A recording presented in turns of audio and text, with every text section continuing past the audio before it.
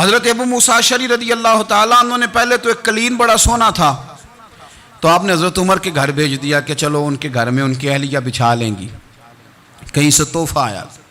پھر وہ جس کمرے میں مال غنیمت اور خزانہ رکھا جاتا تھا اس کی صفائی کر رہے تھے تو ایک دینار مل گیا، تو وہ دینار بچے سارے جا رہے تھے، تو ان میں سے حضرت عمر کے ایک بیٹے کو چھوٹے کو بلایا اور بلا کے کہا پتر یہ دینار لے لو۔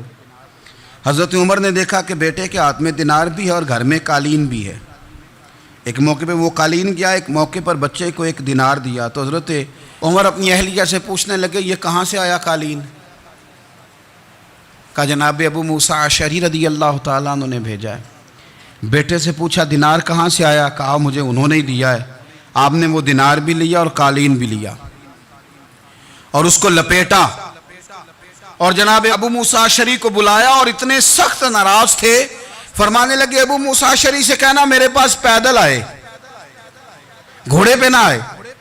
اور جب آئے حضرت ابو موسیٰ اشعری تو جناب عمر اتنے ناراض ہوئے کہ وہ قالین لپیٹ کے تو ان کے سر پہ مار دیا، فرمانے لگے پکڑو اپنا دینار، تمہیں پورے مدینے میں میرے بیٹے کے علاوہ کوئی اور نہیں ملے تھا جسے تم خراب کر سکو، میرا پتر ہی ملا تھا بگاڑنے کی، کس نے اجازت دی تم میرے بیٹے کو دینار دو؟ کیوں لائے تم میرے گھر میں قالین؟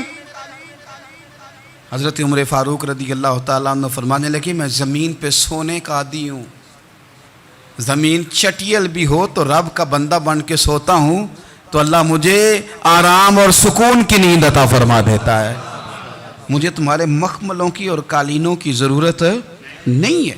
احتساب یہاں سے شروع ہوتا ہے بھائی، یہاں ہم نہ اپنے گھر میں بیٹھ کے مایوس باتیں کرتے ہیں، اور فلانے کے بچے کہاں پہنچ گئے، فلانے کے بعد بڑا پیسہ آ گیا، میں کچے مکان میں رہوں، میں یہ کروں، دیکھو مجھے نہیں سہولی۔ یہ تو آپ مایوسی والی باتیں کر رہے ہیں، یہ تو آپ کمزور باتیں کر رہے ہیں، یہ تو اس طرح کی باتیں تو ہارے ہوئے لوگ کرتے ہیں۔